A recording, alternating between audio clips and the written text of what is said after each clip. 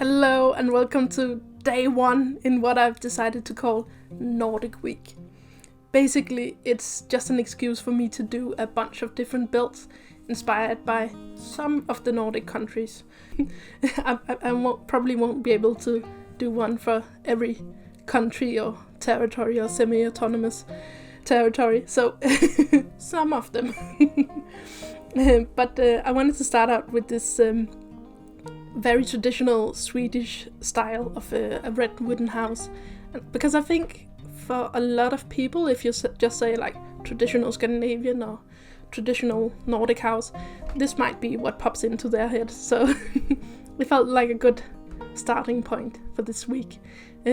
Also because I could do it in base game. So this is a base game build.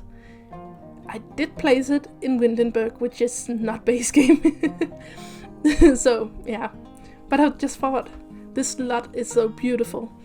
It has all this water and the waterfalls, and it felt like the perfect place for this red wooden house. Because they are traditionally a bit more rural. So it just seemed right to place it in some of the most beautiful nature. I really like this lot. I'm having a bit of fun with building on lots I don't usually build on. I think I have like this one lot, a 15 by 20 lot in Newcrest, which is sort of my safety blanket. I tend to go back and build on that lot a lot. Because I just like, the whole, I suppose the light on the lot, and it's a reasonable size, and yeah. So, but I'm testing out some new lots. And this one I like. It's beautiful. So, originally I was planning to do this as a starter home. It is definitely not a starter home. It's 2 bedroom, 1 big bathroom. I think it ended up about 90,000 simoleons, so quite far removed from a starter home, but not completely unattainable. I don't know, for a growing little family. Now, this might be one of the more unrealistic parts of this build, because if it was placed in Sweden, I don't think they would only have 2 trash cans, because they are very big on recycling in Sweden, as everyone should be.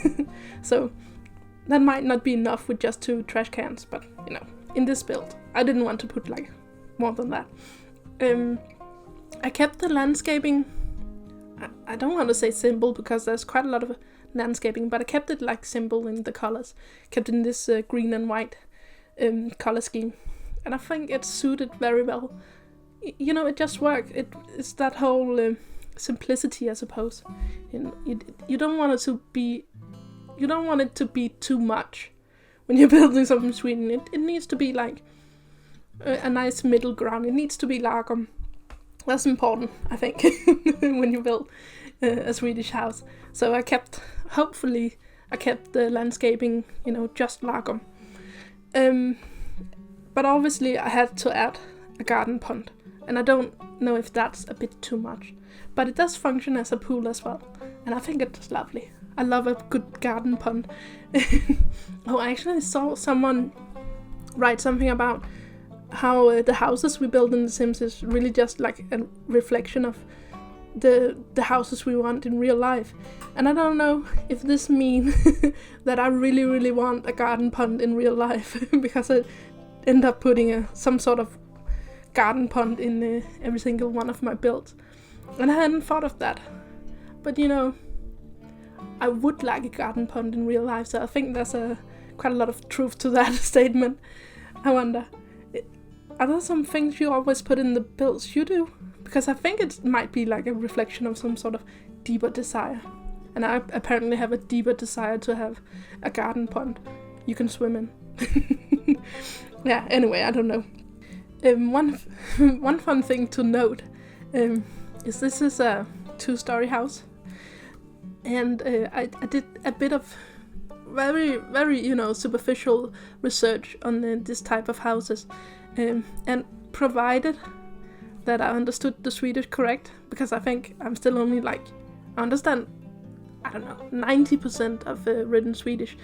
But provided I understood it correct, then having more than one story with these wooden houses were actually illegal between 1874 and 1994. So either this house is quite old, more than 100 years old, or it's quite new. And I don't know which one it is. Or I suppose it could have been built illegally. Or maybe it was just not built in Sweden. That's also a possibility. But I think it was for fire safety. It wasn't considered safe to have these wooden houses in more than one story.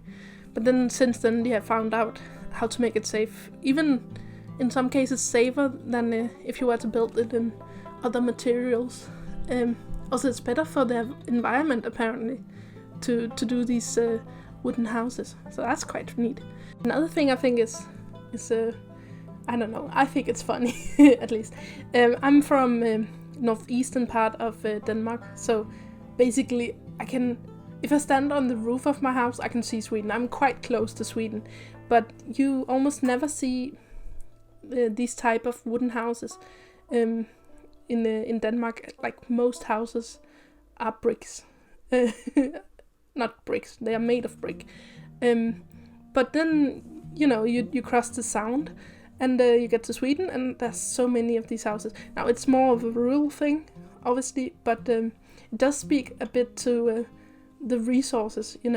Sweden obviously had a lot of timber, and it ended up with this red color because I think it was a byproduct of copper production, and Sweden had a lot of copper mines.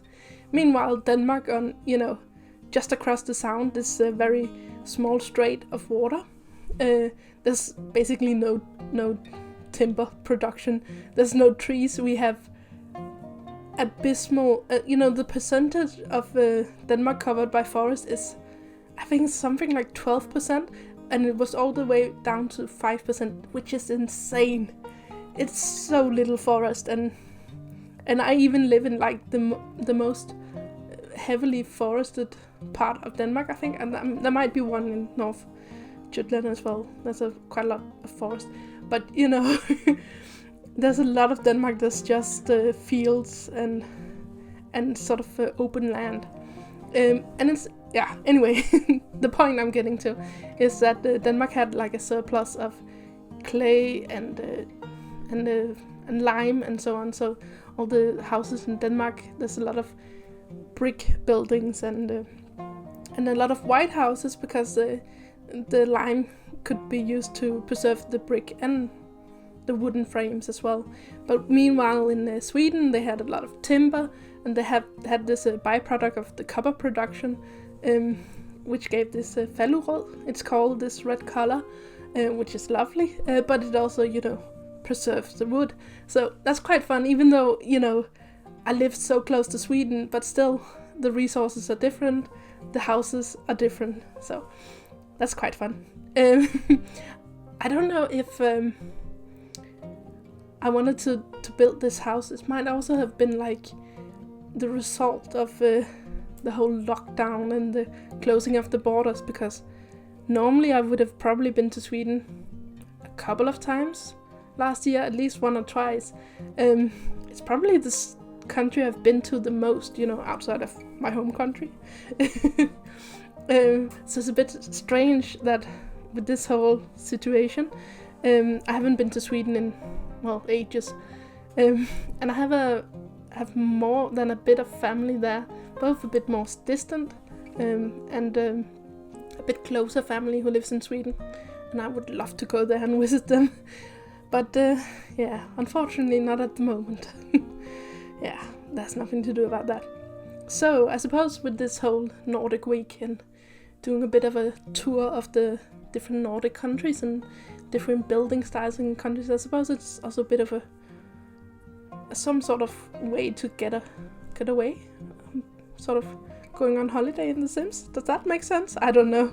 And also, why aren't I like building some sort of tropical beach house? Instead I'm just building stuff from the neighboring countries. Probably because I miss my neighbors. Well, not my actual neighbors, although they are, nice people too. Oh, I miss going like outside my county. It's a crazy time. It's a crazy time for most people, and I have it better than a lot of people. So I shouldn't complain. Anyway, I don't know if you've noticed, but there's sort of a color scheme in this house. Not so much in the bathroom, but in all the other rooms, I sort of ended up with a yellow and blue color scheme, which in retrospect is a bit on the nose because I'm building a Swedish house with a yellow and blue interior. That's quite a bit on the nose. I'm not going to do like that for all of the houses. When I do the Danish house, I'm not going to have the entire interior be red and white. That's a bit much. But I just thought it fit here. I like this wallpaper. I like this color of the wallpaper, so I just sort of went with it. It ended up very pastel, blue and yellow. I don't know. I liked it. Yeah. Might be a bit silly. You could absolutely, I think, fit another bedroom into this upper floor if you want to have, more than 3 Sims living here. You could also fit another bed into the children's bedroom. The child's bedroom, I suppose, singular. But I ended up, it's a small family in this build. It's a 3-person family, I suppose. Yeah, I really went with the whole blue and yellow color scheme. Also in the child's bedroom. I don't know, I couldn't stop. When I realized that, I don't think I realized I had gone with that color scheme until I think maybe the living room, and I was sort of looking back and thinking, okay, it's all very yellow and blue. But yeah, I don't know. Then I thought, okay, I might as well just lean into it and go with that. Yeah, anyway. So, I have a bunch of plans for the next week, but you can influence them, because I have 2 more videos basically filmed that I just need to edit. One, which will be up maybe tomorrow, maybe Wednesday. That depends on how much time it will take to edit everything. But it'll be inspired by real life from the Faroe Islands, which is, but the sort of style of house is also something you see in Iceland as well. But it has this sort of very traditional and sort of house with turf roofing. Like if you can picture something that the Vikings would have lived in, it might have looked like that. Although it's not quite that old. But that's sort of what I have planned for tomorrow or Wednesday. We'll see. And then I'll have to build the Danish house after that.